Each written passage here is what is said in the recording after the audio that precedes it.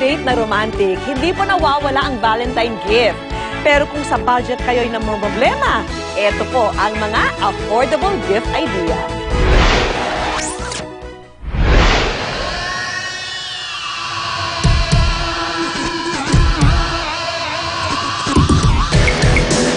Sa kanilang barangay, sila'y kinatatakutan.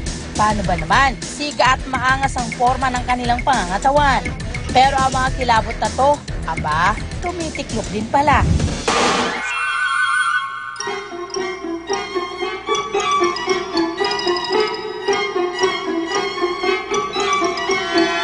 Pagdating sa kanilang mga sweetheart, hindi sila makaalma.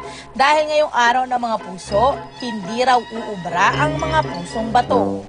First time pa naman sana namin magsiselebrate ng Valentine's Day kasi parang wala siyang plano magbigay sa akin ng kahit ano. Hay naku.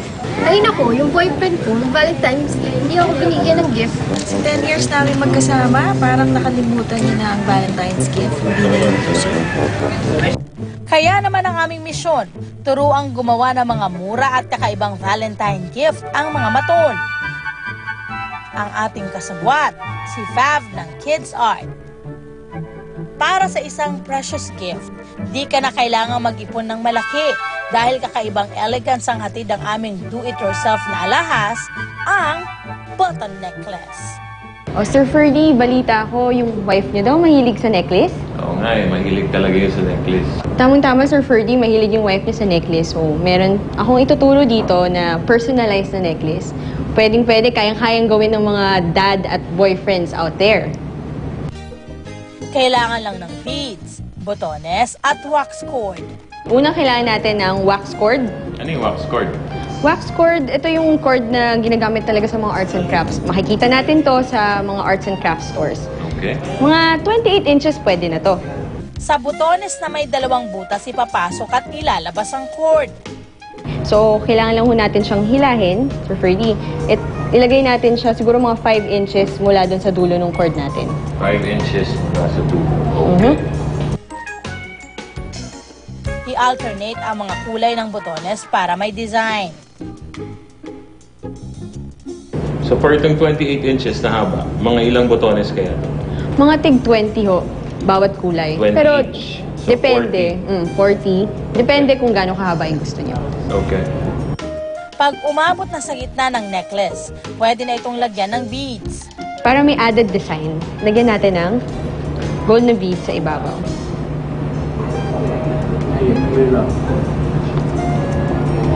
At saka natin siya ilalak ulit.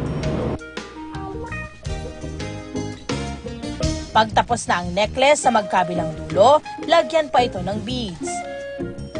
Ilusot naman ang isa pang bead sa parehong tali para pwede itong ma-adjust. Para sa lock, ilagay ang maliliit na bead sa magkabilang dulo at saka ito itali. Lagyan ng super glue ang dulo para hindi magnisnis. Okay. So, eto na. Ang itsura. Yan, tapos na. Ang ganda. Tapos na ang necklace nyo. Okay ba yung gawa ko? Ganda. Okay. Thank you. Fruits of my labor for the wife. Walang alahas ang makapapantay sa necklace na ito dahil iba ang value pag ginawa mula sa puso. Ang regalong mula sa puso dapat ay nakikisabay rin sa uso at perfect dyan ang aming hex knot bracelet. Miss Pam, baka pwede magpaturo sa inyo gumawa ng bracelet. Oh, sure. Bala ko kasing ibigay sa Macy's ko yung Valentine's. Tamang-tama. Meron ako dito, hex nuts. So makikita nyo to sa hardware. Usong-uso to ngayon. Nalagay sa bracelet. I-ready na ang beads, wax cord at hex knots. Unang ipantay ang tatlong mga cord na may 20 inches ang haba. Bubuhol muna natin itong tatlong tali kasi ititirintas natin. Tip ni Fab, itikit sa mesa ang mga tali para mapadali ang pagtitirintas ng hanggang sa 4 inches.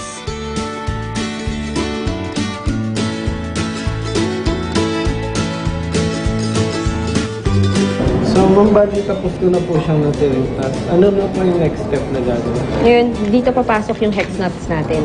Bago ilagay sa gitna yung tali, Magsushoot muna tayo ng isang hex knot.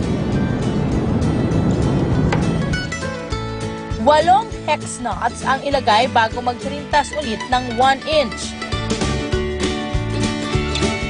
Para may added design, maglagay ng beads sa tali. At itirintas uli para mailagay ang second batch ng 8 hex knots. Ulitin lang ang proseso. Pagdating sa dulo, ibuhol ito ng 3 beses. So itong buhol na ginawa mo, Sir AJ, lalagyan lang natin siya ng super glue at iikot natin paulit-ulit hanggang sa maging makapal siya. Kasi ito yung magiging lock ng ating bracelet.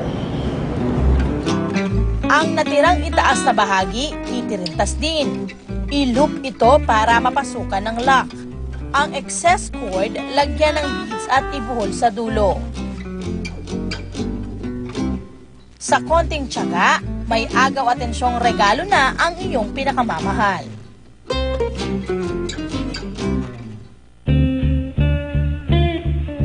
Bilang simbolo naman ng panghabang buhay na pagmamahalan, wala raw makatatalo sa ningning ng singsing. At sa mura nating version, kailangan lang ng copper wire, beads at wax cord. Okay, so sir, mag-ready lang tayo ng tali. Tatansyahin lang natin kung gaano kahaba yung gusto nyo. Kasi maganda rin to, nakarap sa daliri. So, paano natin ito magagawang singsing? Nakalagay yung tali. Yan. Diyan papasok ang copper wire. Ang dulo ng cord, ikutan ng makapal na wire. Ito ang magsisilbing foundation ng singsing. Pagkatapos ay pwede nang palibutan ang tali ng wire.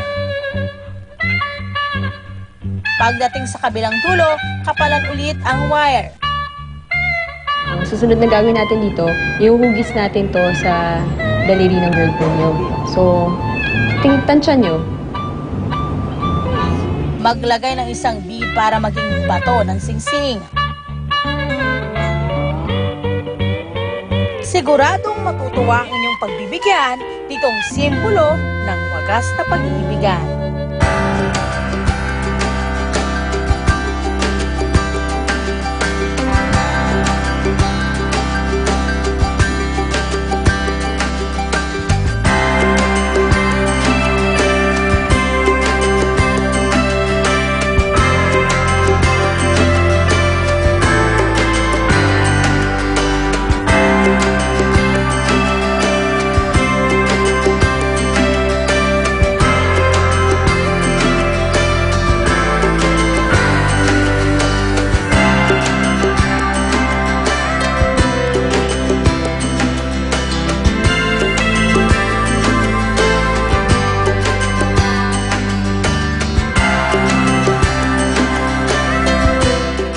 Gasing mga maton. May mga puso palang kasing tamis at kasing lambot ng mamon. Dahil sa in-effort nilang mga regalo, ang kanilang mga irog. Happy-happy ngayong buwan ng mga puso.